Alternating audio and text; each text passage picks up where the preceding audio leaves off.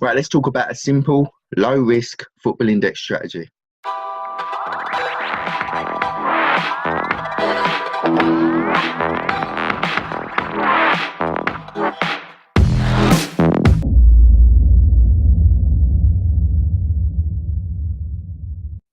Now, this strategy is focused around big fixtures, and it's focused around big fixtures is because big fixtures, they have a lot of attention. They have a lot of attention from media, and they have a lot of attention from punters and traders.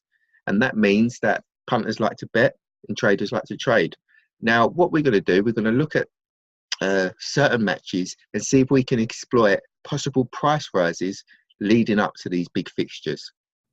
So what qualifies as a big fixture? Well, you've got your cup finals, you've got your top of the table clashes, you've got your relegation six pointers, you've got your Champions League. Currently the World Cup is on, so you've got, all the World Cup games, internationals that involved England. All these games will have a lot of attention from the media and punters. Now, we want to keep it low risk, so we can't just go buying every single player who plays for these teams that are involved in a big fixture, because it doesn't work like that. So we've got to do some research and make sure we buy the right players. Now, I'll get onto research in a minute, but before then, let's go on to how we can keep it low risk as possible. Now, what we've got to look for is prices that are relatively stable. You see a lot of players who are IPO'd at a certain price, and their price doesn't move for ages. It might move a penny up, 2p up, but nothing more. Their price is pretty stable. Over a month period, you'll see there's been no movement at all. So you've got a lot to play for then, because the risk isn't that big. And I'll tell you why. It's because it's never been below a certain price. It's always stayed at this similar price. Also, if a player's experiencing a dip, you must have heard the term buy the dip, and it's much better to buy a player who's currently on a downtrend with this strategy than on an uptrend, because if a player's already had a 10p rise, you possibly could have missed much more of a rise, because his value every time he's rising up is logically decreasing. Now, if he's had a 10p drop, that means that at some point his value was 10p more, so you've got a better chance of seeing a rise. So when's the best time to get on these players so your trade runs for upwards for as long as possible? Well, the answer to that is when the main attention is going to be on that match. That's the time to get on, and usually that's the day before. Sometimes if there's a big Premier League game and there's nothing in the week, that's the Monday after the weekend before. So currently in the World Cup we're going day to day, game to game. So if I'm trading fixture to fixture, really I'm looking to get in the day before, because a lot of the attention is on the current games playing.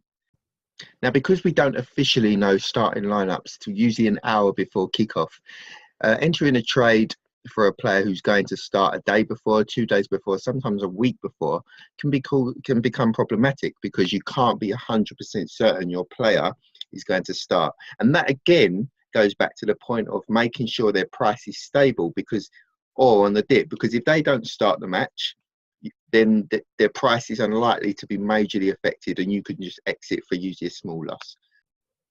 Now, what are the best positions with this strategy? I mean, logically, a lot of people gravitate towards strikers because they score goals. So in my experience doing this strategy, strikers are always the one who will probably experience a bigger price rise.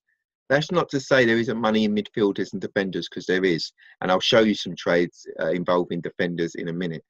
But for me, if you can find some strikers whose price is stable and are likely to start in the game, then they're always a good bet for this strategy.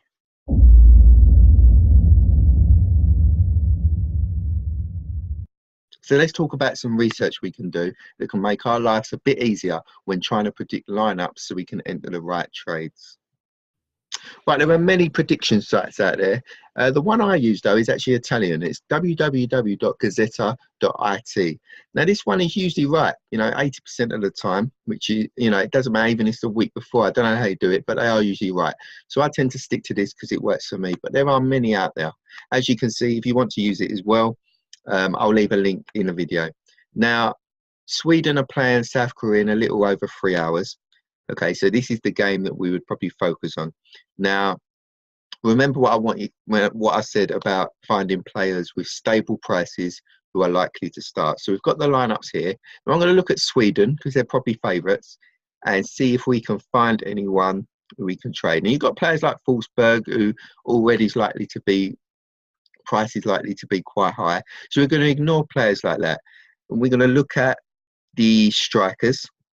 Strikers are the ones who are, tasked with scoring the goals. So we're going to look at Tovanen. All right, we're going to look at Tovanen and see if we can find some value in his price. Let's go back over to Football Index. And here is Tovanen, currently 38p. Now, we need his price to have been stable. Okay, if his price has been stable, then there is likely that he might see a price rise leading up to the game. He's been predicted to start and he plays up front, so goals are a possibility. So let's have a look at Tovanen. And as you can see, in the last 7 days, his price has only rose 1p. It looked like he was IPO'd at 34p. No, 31p was IPO'd. So he's rose 7p, but in the last 7 days, it's only rose a penny. So his price has been pretty stable and is only 7p away from IPO. So for this game, someone who's likely to start, plays as a striker, Tovanen for me would be a trade that would fit this strategy. Now, as well as websites like this, I would recommend looking historically. There's apps like FootMob, websites like Soccerway, obviously Who Scored. They'll have all the details about whether your player has been playing lately. So I tend to look around the last 3 games, unless they're coming back from injury and they're predicted to start. But yeah, look around the last 3 games, see not only if they started the game, if they get subbed off, because this can obviously play into people's thinking who are trying to buy this player for this game. If the player gets subbed off a lot, it may affect their rise. Okay, so look at all these things historically, as well as looking at the predicted lineup.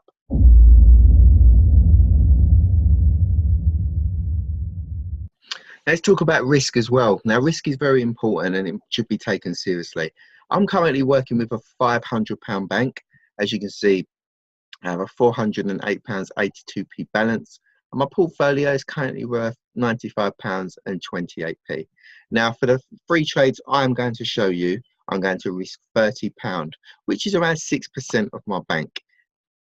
Now, I'm going to break each trade down to around £10 per trade.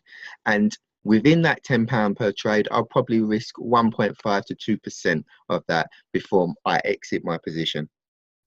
So my total risk really that I'm willing to risk before I exit my positions is around 60-70p of the £30 I'm risking from my £500 bank. Now this is important because by trading like this, you're going to live to fight another day while you're learning. Even if you've already learned, even if you're an experienced trader, you're never going to go bust. And that's a problem that I find with a lot of traders. They risk too much. And they're always a few trades away from going bust and having to reload their account. By trading like this, by risking, 60-70p on my £30 and 6% of my whole bank, I mean, I've got to respect the fact that it's a market, and I've got to respect the fact that my players could be worthless if something happens.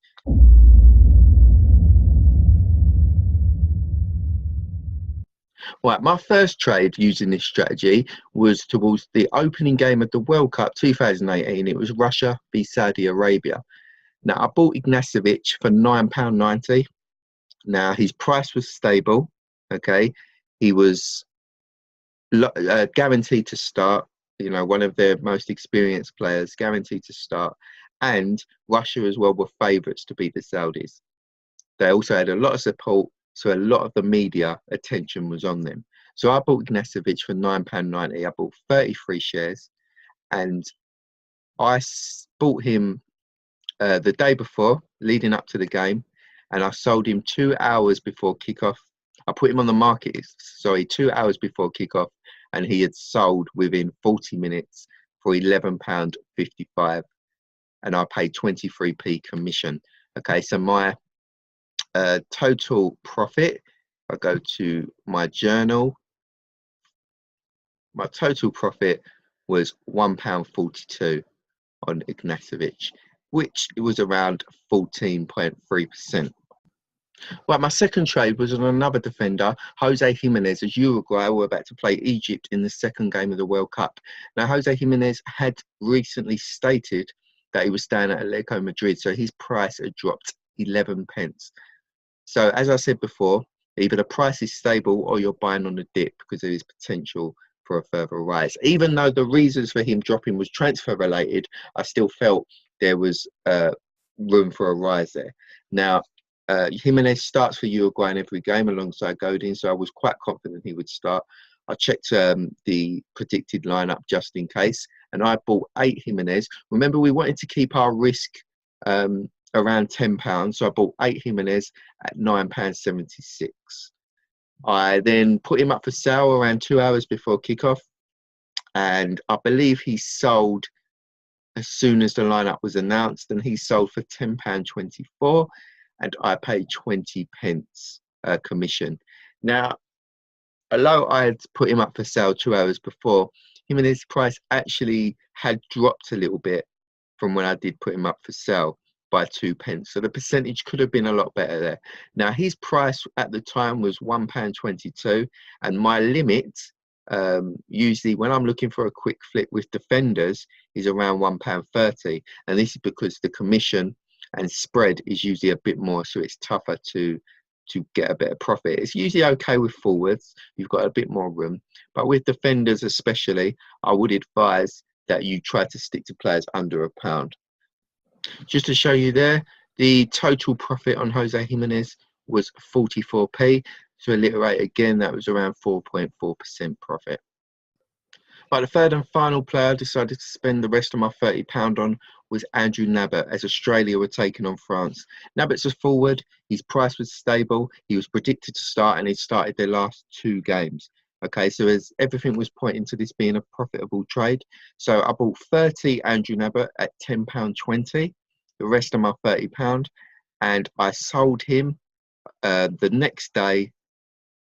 2 hours before kickoff, I put him up for sale, and then as the lineup was announced and his name was there, he sold pretty quickly after that for £11.70 with a 23p commission price. In the end, the trade was 12.2% profit, and in pound sterling terms, £1.27 per pound profit on my £10.20 after commission.